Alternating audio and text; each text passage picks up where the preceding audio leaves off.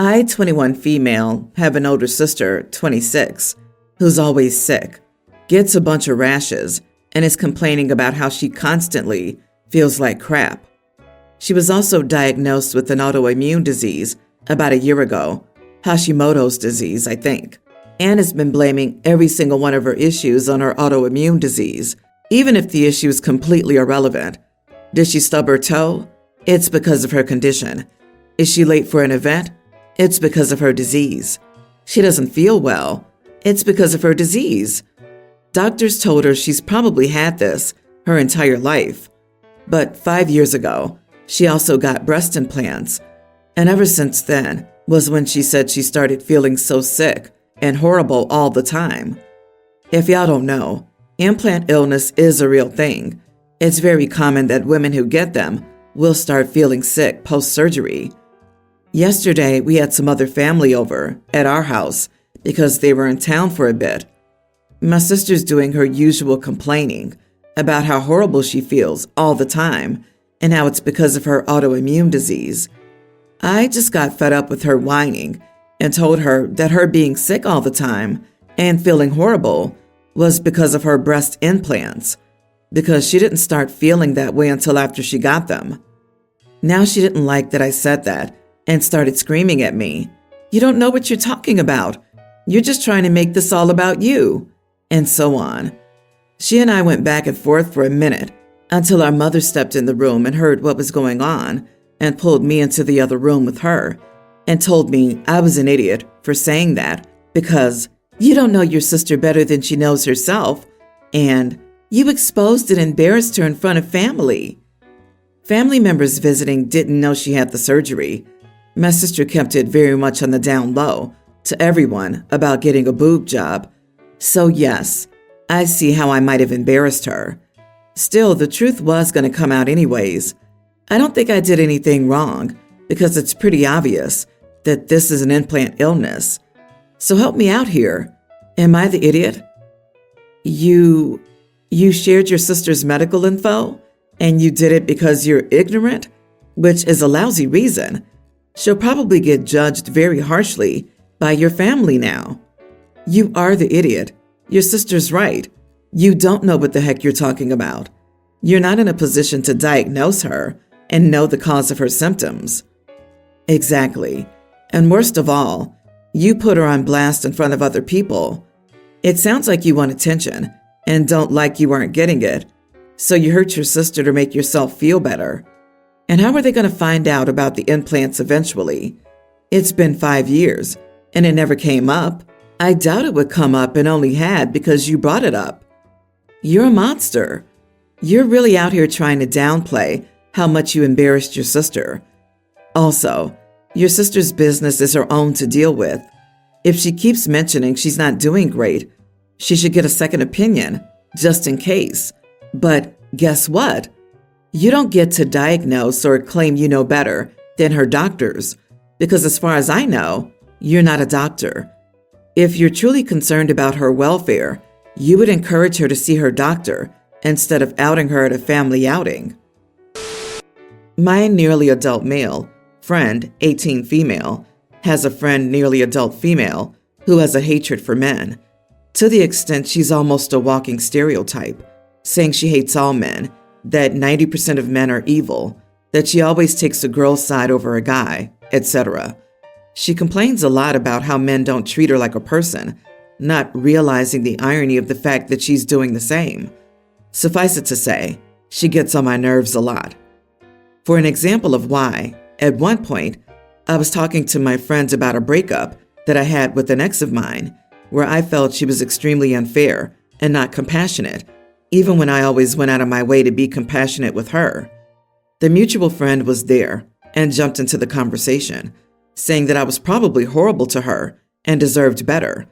She didn't know my ex or my relationship at all, so you get the idea. Anyhow, today I was hanging out with my friend, and she was there. She commented that my taste in clothes was a red flag and a turnoff, completely unprovoked.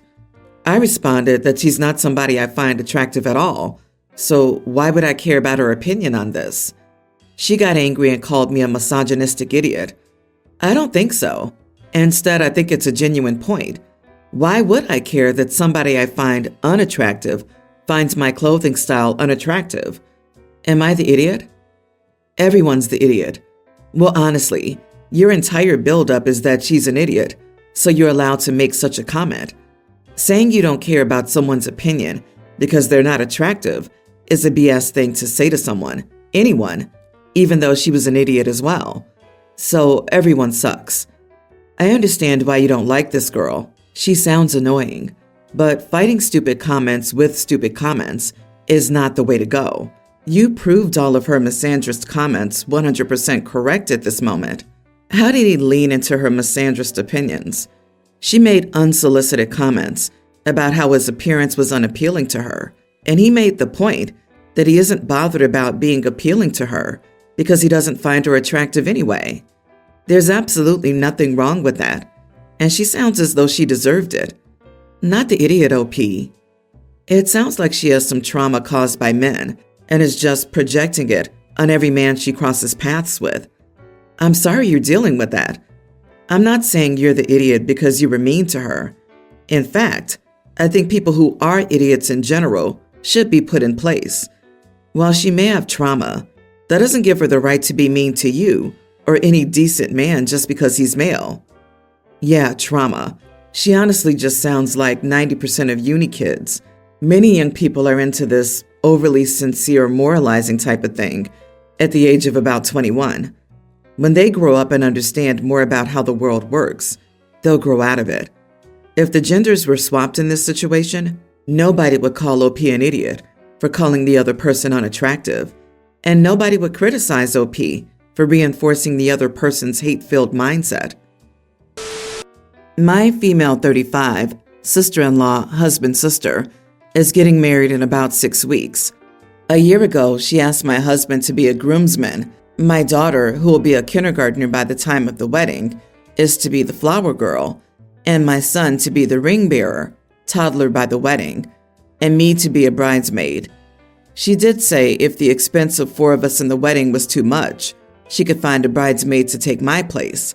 My husband and I knew that with the kids in the wedding, 1 or 2, we would be actively parenting the whole time, and it wouldn't be a fun wedding for us. But we decided if it was what his sister wanted, we could totally do it. My one concern was that the baby boy might not be steady enough to walk down the aisle, and the attention might make his entrance unpredictable. Sister-in-law thought my daughter could pull him down the aisle in a wagon, but he's a chunky baby, and she would struggle with the weight and attention. I said we can try and have him walk, but worst case scenario, I could carry him down and have someone up front, a cousin, ready to take him. She was on board. Now we're 2K in on the outfits, showers, gifts, etc., and I did most of the coordination for the multiple pre-wedding parties. My mother-in-law is getting involved. She's footing the entire $50K bill.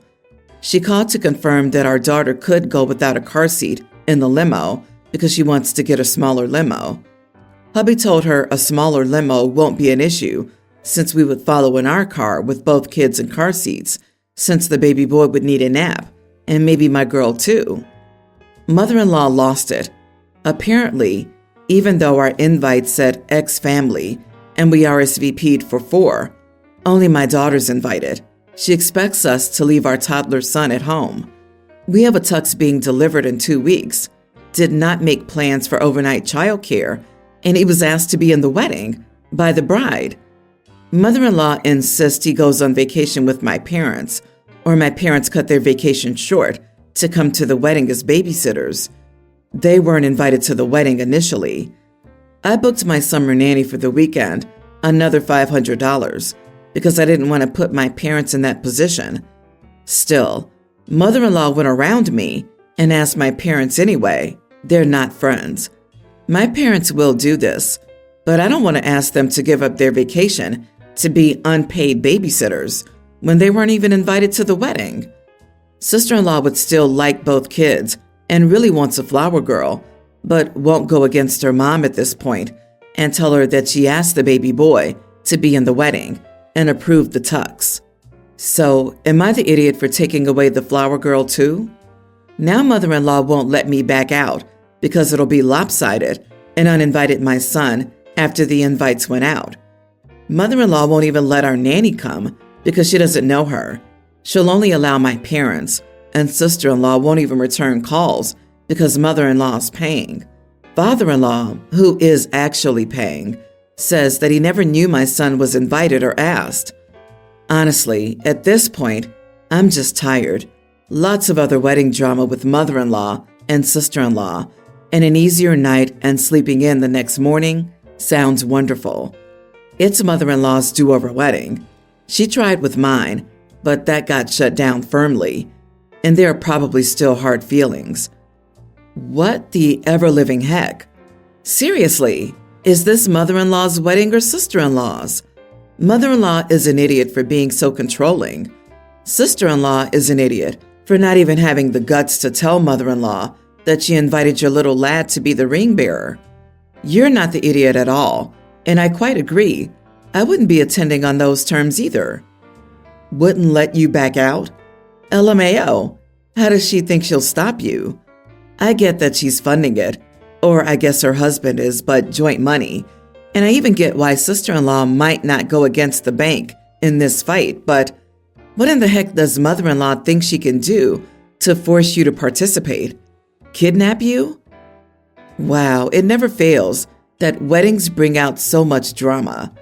Not sure what planet you're all on expecting a toddler to perform to any kind of script at a wedding, but ultimately, the biggest idiot is your mother-in-law and father-in-law for not knowing his baby grandson is invited. Get a refund for the dresses and the tux, and don't go to the wedding. If sister-in-law lets your mother-in-law have this much control because she's footing the bill, I'd say the actual day will be exhausting. Background: I, 21 female, am in my final year of university in the UK. I have a group of 7 close friends who do my course. 4 people from this group share a house, while my other friends and I live separately, each with their own housemates. Regardless, all 7 of us are close friends. We all live in the same student-heavy area of our university town, and my house is a 5-minute walk from their place. Our final exams ended last week, and my faculty planned a big formal event on Saturday night, a party where you wear formal wear with drinks and live music. We had decided to meet at the house 4 of my friends shared, and then get 2 Ubers to a restaurant near the venue. I suggested that we buy some champagne to drink at my friend's house before we went to the restaurant, and everyone agreed with the idea. So my friend Chloe, one of the 4 who shared the house, and I went to the shop to buy 2 bottles on Saturday morning and kept them in their fridge. I paid and everyone else transferred me their share of the cost. We agreed to meet at 6:30 that evening and get cabs at 7. I was getting ready when I got a message through our group chat asking when I was coming over. I said 6:30. It was about 15:15, and one of Chloe's housemates, Dom, messaged me that they were going to open the champagne, so to get there quickly. I messaged back to wait for me, and they said okay. So I quickly finished getting ready and headed to their house. When I arrived, they thrust a glass of champagne in my hand and said cheers, and all seemed in good spirits. I was evidently the last person to arrive. It was before 6:30, and I immediately clocked that everyone's glasses were half empty. I asked when they opened it, and they said they had opened it 10 minutes ago, but not to worry as they had saved me a glass. I was pretty upset by this and snapped back, asking why they couldn't have just waited. I was pretty upset during dinner, and I think they could tell. Some of them were apologetic, but a couple insisted that they didn't do anything wrong, as they had already saved me a glass and paid me the money for their share. I said that the point of buying champagne was opening it together and toasting, not just having the drink itself, and the first bit was what I had missed out on. It put me in a bad mood for the rest of the night, and probably soured the evening a little for everyone. Am I the idiot for getting in a bad mood over this, or was it justified? You are the idiot. What a wild thing to be upset over. Was it worth ruining the whole evening for everyone? These are your good friends, and everyone was fired up to be finished with exams and the university course. Putting a stink on the whole evening was not justified. Get over it It's not a big deal. You didn't get to pop the bottle, so you pouted like a spoiled brat at dinner, souring the night. But Jesus, it's not like you lost money missing the stupid pop. Ugh, you sound like you're not used to not getting your way. This is a very bratty take. Grow up. It's a bottle of champagne, for goodness sake. I'm sure they regret doing it since you pouted over it all night like a child. I don't know what's wrong with everyone here, but I'm going with not the idiot. You're the one that suggested getting the champagne. You're the one that made the effort to go out and get it. You made it clear that you would arrive at 6:30, which was acknowledged by everyone. Yet they contact you ahead of schedule, telling you to rush because they can't stick to the original plan. To all the "you are the idiot" commenters, it's not actually about the champagne. The point was the social aspect of celebrating the ends of a collective endeavor. The big issue is that they placed their impatience over the value of sharing with you. There was a set time and they didn't wait for that time. I'd be annoyed too. And I would be doubly frustrated if I told them it wasn't cool to not wait for me, and then they all invalidated my feelings about it. This is why you were sour the rest of the night. Not the idiot. You were right to be upset. This is a pretty cut and dry scenario. My 32 male, little brother, 25, has been in a string of relationships since he was young enough to know what dating was. On several occasions, the relationships ended because he was caught cheating with another girl. These are just the ones I know about. There could be more. In fact, his current girlfriend, 19, was the other woman from his previous relationship.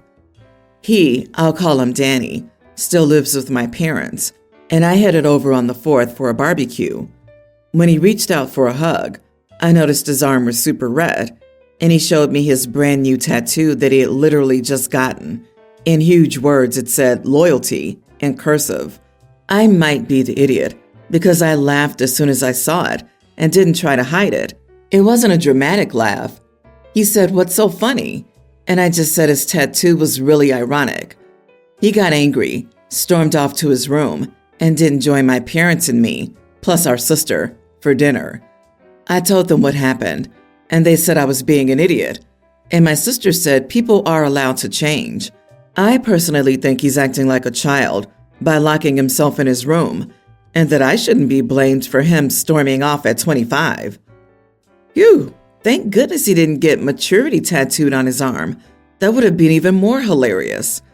Not the idiot, and it is ironic. Someone who cheats hardly gets to be upset that someone laughed at them for tattooing the word loyalty on their body. Maybe he's loyal to cheating. LOL, I also would have laughed. Like, there are so many words in the English language. How does a serial cheater land on loyalty and think, "Yep, that sums me up right there"? Hopefully he got it because he finds it aspirational. LOL. But if that be the case, he wouldn't be so butthurt being laughed at for it. A case of someone not knowing themselves and being offended when seeing someone else's perception of them. From what you posted, your brother is an immensely immature poser. He's old enough to be an adult, but apparently he cannot own up to his own actions. Ironically hysterical. He got it to convince his current girl he won't cheat again, and maybe a 19-year-old will buy it. My favorite part is your 25-year-old brother, who lives with his mama, ran off to his room and wouldn't come out for dinner. I hope he lets mama give him a bath before his bedtime.